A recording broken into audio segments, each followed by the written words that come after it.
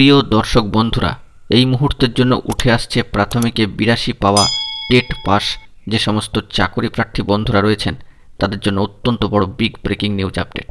বিস্তারিত এই ভিডিওতে আলোচনা করছি।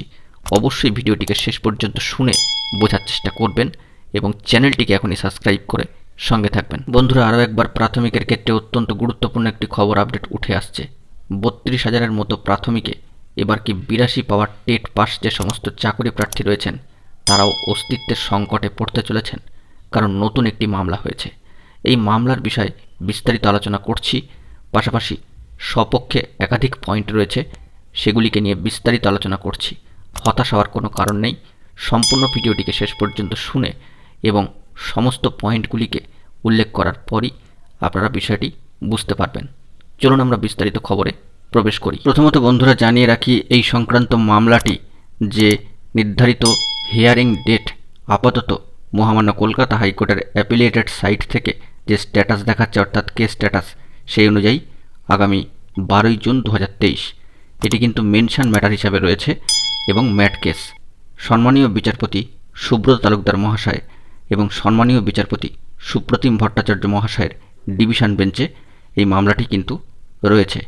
এখানে নির্ধারিত পিটিশনার এবং তাদের অ্যাডভোকেট, পাশাপাশি রেসপন্ডেন্টের কিন্তু ডিটেলস দেওয়া রয়েছে।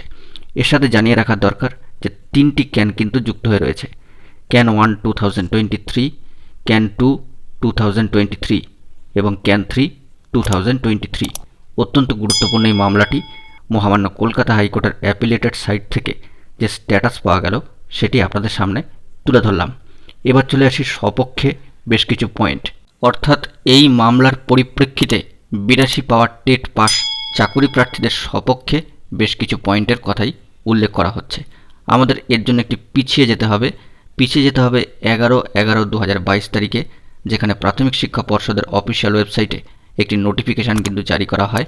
কার্যত সেই নোটিফিকেশানে স্পষ্ট করে বলে দেওয়া হয়েছে যে publication of list of reserve category candidates who scored 82 marks in TET 2014 থেকে সেই যারা 82 পেয়ে টেট পাস করেছেন তাদের কিন্তু এখানে লিস্ট দেওয়া হচ্ছে। অর্থাৎ বন্ধুরা, 11/11/2022 তারিখে প্রাথমিক শিক্ষা পর্ষদের যে নির্ধারিত অফিসিয়াল ওয়েবসাইট, সেখানে 141 পাতার এই নোটিফিকেশান সহ পিডিএফটি প্রকাশ করা হয়েছিল, যার সম্পূর্ণ মূল ভিত্তিটাই হচ্ছে মহামান্য কলকাতা হাইকোর্টের সম্মানীয় বিচারপতি অভিজিৎ গঙ্গোপাধ্যায় রায় অনুযায়ী।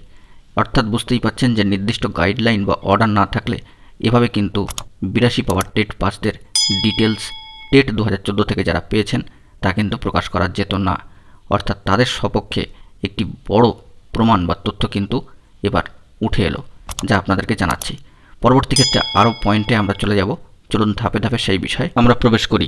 দেখুন, সরাসরি অনস্ক্রিনে দেখতে পাচ্ছেন যে প্রাথমিক শিক্ষা পর্ষদের তরফ থেকে পুনরায় একটি নোটিফিকেশান জারি করা হয় 20/3/2023 তারিখে, এবং সেখানে 20/3/2023 থেকে 24/3/2023-এর মধ্যে প্রাথমিক শিক্ষা পর্ষদের দুটি অফিসিয়াল ওয়েবসাইটে অ্যাপ্লিকেশান করার জন্য কিন্তু নির্ধারিত লিঙ্কে গিয়ে যাবতীয় ডিটেলস পূরণ করার কথা বলা হয়। এরপর চলে আসতে হয় ইন্টারভিউ নোটিফিকেশান বা ভাইভাভোস এবং অ্যাপটিটিউড টেস্টের যে প্রাথমিক শিক্ষা পর্ষদের তরফ থেকে 21/12/2022 তারিখে নোটিফিকেশান প্রকাশ করা হয়েছিল সেই বিষয়ে। সেখানে কিন্তু ইন্টারভিউ এবং অ্যাপটিটিউড টেস্ট নেওয়ার জন্য কার্যত রিজার্ভ ক্যাটাগরির ক্ষেত্রে যারা 82 পেয়ে টেট পাস করেছেন তাদের এই লিস্টের অন্তর্গত করা হয়েছে এবং তাদেরকেও ইন্টারভিউ, অ্যাপটিটিউড টেস্ট, ভাইভাভোসের জন্য ডাকা হবে, এরকমই কিন্তু নোটিফিকেশানে প্রকাশ করে দেওয়া হয়েছিল, যা 21/12/2022 তারিখে। এটিও 82 পাওয়ার টেট পাস যে সমস্ত চাকরি প্রার্থী রয়েছেন তাদের সপক্ষে বড় একটি প্রমাণ বলেই মনে করা হচ্ছে। বন্ধুরা, কার্যত এই সমস্ত বিষয়ের একেবারে ঊর্ধ্বে উঠে গিয়ে আমরা চলে যেতে পারি এনসিটি নর্মস, রুলস এবং রেগুলেশনসের দিকে, যেখানে কার্যত প্রাথমিক শিক্ষা পর্ষদের তরফ থেকে যে মার্কশিট কাম সার্টিফিকেটটি প্রোভাইড করা হচ্ছে টেট 2014, 2017 এবং বর্তমানে যে নতুন টেট হয়েছে টেট 2022, সেখানে সেই সার্টিফিকেট কাম মার্কশিটে কিন্তু স্পষ্ট করে উল্লেখ করে দেওয়া হয়েছে একেবারে যে নোট অংশটি রয়েছে নিচের দিকে, সেখানে all SC ST OBC A OBC B এবং এক্সেমটেড ক্যাটাগরি, এক্স সার্ভিসম্যান ক্যাটাগরির ক্ষেত্রে এবং যাদের ডিফিকাল্টি রয়েছে বা ডিসেবল ক্যান্ডিডেট তাদের ক্ষেত্রে 82 পেয়ে পাস করলেই তারা কিন্তু এলিজেবল। এখানে 55% মার্কস দেওয়া রয়েছে আউট অফ 150-র মধ্যে, অর্থাৎ বুঝতেই পারছেন যেটা কিন্তু একেবারে according to with এক্সটেন্স reservation policy of government of West Bengal and NCT guideline. NCT guideline হচ্ছে একটি কেন্দ্রীয় সংস্থা যারা কিন্তু শিক্ষার প্রশিক্ষণ এই সমস্ত বিষয়গুলিকে নিয়ন্ত্রণ করে থাকে, তাদের ক্ষেত্রেও এটি মান্যতা দেওয়া হয়েছে। পাশাপাশি গভর্নমেন্ট অফ ওয়েস্ট বেঙ্গলের তরফ থেকেও এই বিষয়টিকে মান্যতা দেওয়া হচ্ছে। তাই বুঝতেই পাচ্ছেন এটি একটি বড় সপক্ষে কিন্তু যুক্তি বা প্রমাণ। এর সাথেও বন্ধুরা আমাদেরকে এটা মাথায় রাখতে হবে যে এনসিটি রুলস রেগুলেশনস এবং নিয়মকানুন মেনেই কিন্তু টেট পরীক্ষাগুলি নেওয়া হয়েছে। 2022-এর ক্ষেত্রেও তাই, এবং পূর্বতন টেটের ক্ষেত্রে এই বিষয়গুলিকে মান্যতা দেওয়া হয়েছে এবং সার্টিফিকেটে সেই বিষয়টিকে স্পষ্ট করে উল্লেখ করে দেওয়া হচ্ছে। সেক্ষেত্রে সমস্যা থাকার আর তো কোনো জায়গাই নেই। তাহলে বুঝতে পারছেন যে 82 পেয়ে টেট পাসদের ক্ষেত্রে বেশ কিছু সপক্ষে কিন্তু যুক্তি রয়েছে, হতাশ হওয়ার কিছু নেই। এক্ষেত্রে পরবর্তী পয়েন্টে আমরা প্রবেশ করে আরও বিষয়টিকে স্পষ্ট করি। এরপর চলে আসি সিটেটের ক্ষেত্রে, অর্থাৎ সেন্ট্রাল টিচার এলিজিবিলিটি টেস্টের ক্ষেত্রে। সেখানে কিন্তু কোয়ালিফাইং মার্কস ধরা হয়েছে রিজার্ভ ক্যাটাগরির জন্য 82। অবশ্যই 2023 for general SC ST OBC এবং PWD ক্যান্ডিডেটদের জন্য যে ছকটি নির্মাণ করা দেওয়া হয়েছে যে সিটেট কাট অফ 2023-র ক্ষেত্রে, সেখানে 150 নম্বরের টেটে জেনারেল ক্যাটাগরি অবশ্যই 90, যেখানে মিনিমাম কোয়ালিফাইং পার্সেন্টেজ হচ্ছে 60%। অন্যদিকে SC ST OBC এবং PWDর ক্ষেত্রে যে মিনিমাম কোয়ালিফাইং মার্কস সেটি হচ্ছে 82, মিনিমাম কোয়ালিফাইং পার্সেন্টেজ হচ্ছে 55%। অর্থাৎ বুঝতেই পারছেন এই ছকে কিন্তু সেই বিষয়টিকে নির্দিষ্ট করে দেওয়া হয়েছে। এনসিটি গাইডলাইনকে ফলো করার পাশাপাশি সেন্ট্রাল টিচার এলিজিবিলিটি টেস্টের ক্ষেত্রেও 82 পেয়ে রিজার্ভ ক্যাটাগরির জন্য কিন্তু মিনিমাম কোয়ালিফাইং মার্কস উল্লেখ করে দেওয়া হয়েছে। সেক্ষেত্রে সমস্যা থাকার আর কোনো কথাই নয়, এটি একটি বড় যুক্তি বা প্রমাণ কিন্তু বলা যেতেই পারে। তাহলে বন্ধুরা বুঝতেই পারছেন যে 82 পেয়ে যারা টেট পাস করেছেন তাদের দুশ্চিন্তা করার কোনো কারণ নেই। একাধিক পয়েন্ট আপনাদের সামনে সপক্ষে তুলে ধরলাম।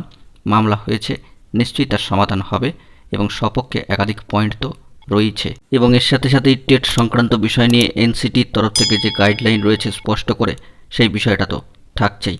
তাই বন্ধুরা 82 পেয়ে যে সমস্ত বন্ধুরা বা চাকরি প্রার্থীরা টেট পাস করেছেন এবং এই সমস্ত ঘটনা প্রবাহের ফলে দুশ্চিন্তাগ্রস্ত হয়ে পড়ছেন, তাদের দুশ্চিন্তাগ্রস্ত হওয়ার কোনো কারণ নেই। বিশেষ উদ্যোগ নেওয়া হচ্ছে এবং এই সমস্ত সমস্যাগুলির সমাধানের কিন্তু চেষ্টা করা হচ্ছে। তাই একেবারে হতাশ বা দুশ্চিন্তাগ্রস্ত হওয়ার কোনো কারণ নেই।